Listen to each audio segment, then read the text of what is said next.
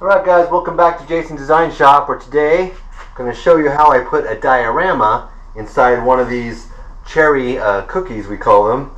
It's got 2 parts of rotten wood that we took out and filled up with a diorama. So check it out, tell me what you think in the comments, and if you love it, don't forget to subscribe and like it. Talk to you later. Okay, boom boom boom, nice dry hard river. And we'll hopefully get a little waterfall going in here later on. I want to show you, I just went and bought this at the local art store, Joann's. Probably Michael's has it in their flower department for doing pots and stuff. They've got this really great mossy stuff that looks just like forest grass with the green, the highlighted tips, the brown stuff. So we're going to cut a chunk of this, fit it down in there, and then cut out a part for the river and where the waterfall is. So 2 parts there, and the trees will go right through here. Yeah, then we can build on top of that, little rocks and waterfall, and get it all in place and see how it looks. Then come back and see what we need to paint. I like to even put some of the green up on, coming up the edges a little bit here, because we're going to leave this wood. We're not going to make this all rock. Okay, got everything ready here. My 2 trees, my bear, a 3rd tree actually, maybe a 4th. The 2 sides of the river cut out. Now we just got to glue it all down so when we pour epoxy it won't float. Although we're probably going to do a lower level epoxy to hold everything, then fill it, and it won't float things up that way. Just enough to cover all this stuff. We may need to pour the river in because it makes a steep bank once it's down there. I noticed when I was fitting it and cleaning out all the junk. So I think the way to hook this down for now is a little glue gunning. So let's do this side first. Here we go. Punch over there.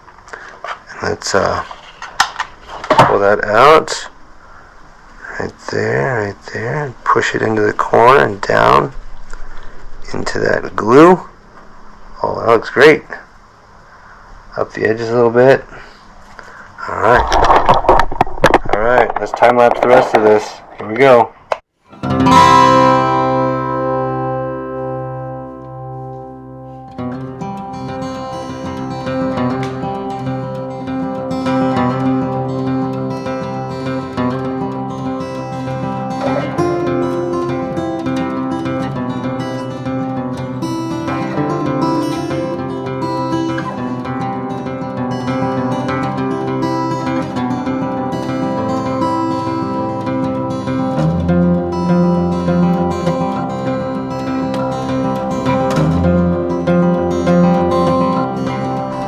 Alright, let's go. Okay, we just went out in the yard and grabbed some rocks and some more type of actual true trees and limbs and things. Gonna make a stump down there with the dead tree going across the river. A piece of bark laying down back there. A dead tree and some bark up here. And then some rocks. I'm trying to figure out what rocks to use from the yard here. Tend to think smaller is going to be better because this is a small scene here.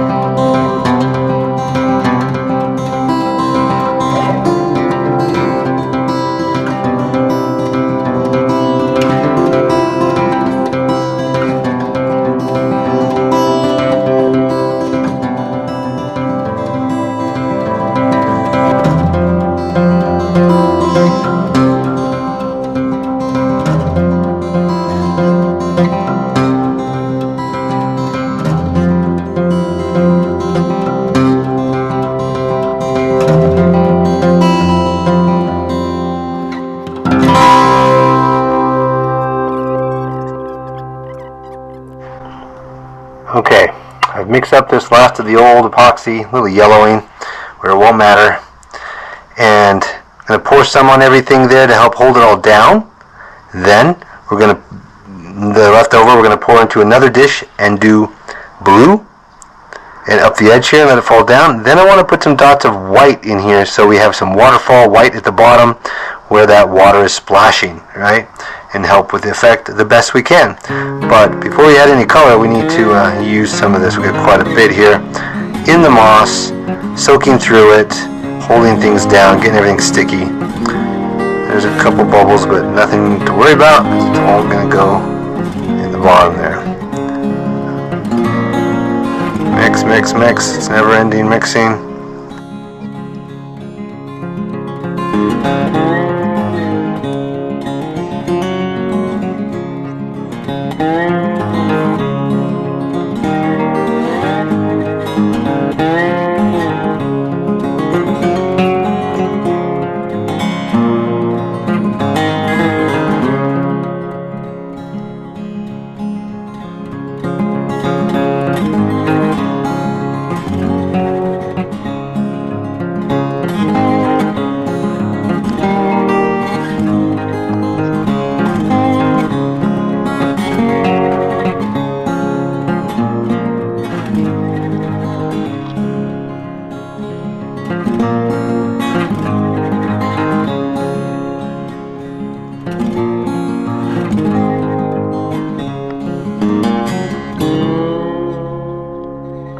And finally, it's all dry.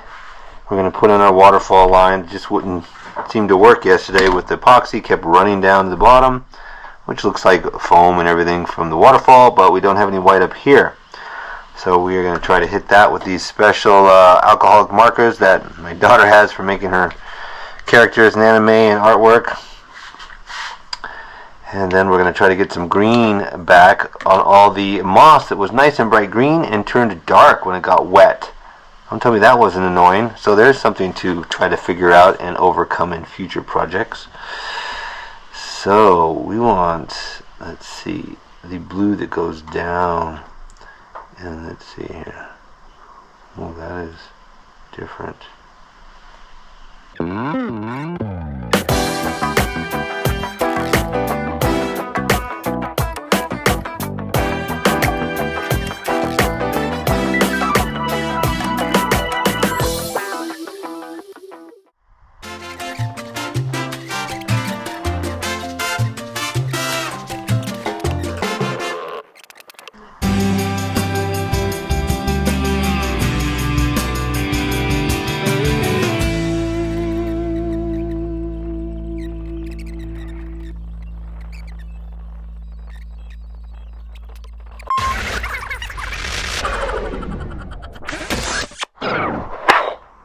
Alright, it is the next day. This is totally hard, but something crazy happened. It split down the middle and made a cavern, a hole going all the way through, creating like a mirror effect on the inside. You can see the bear twice. Isn't that weird? On both sides.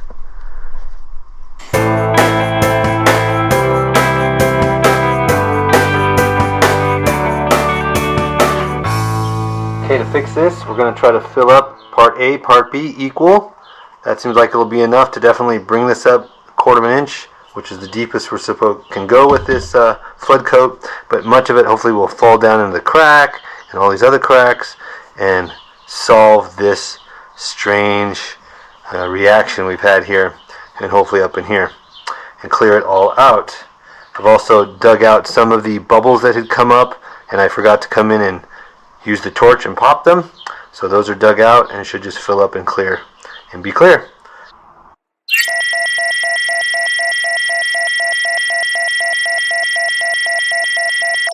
Alright, filled this up. It filled up the crack. It is hiding it, but there is, from directly above, I can see the crack line. From an angle, I can see right through it nicely. One more fill, one more little coat, 1/4 of an inch, and then we're ready to cover the whole top.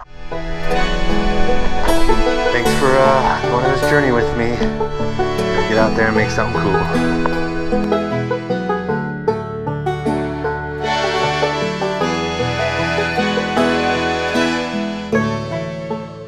Alright friends, I hope you enjoyed that and you're curious to see what I put in this next one.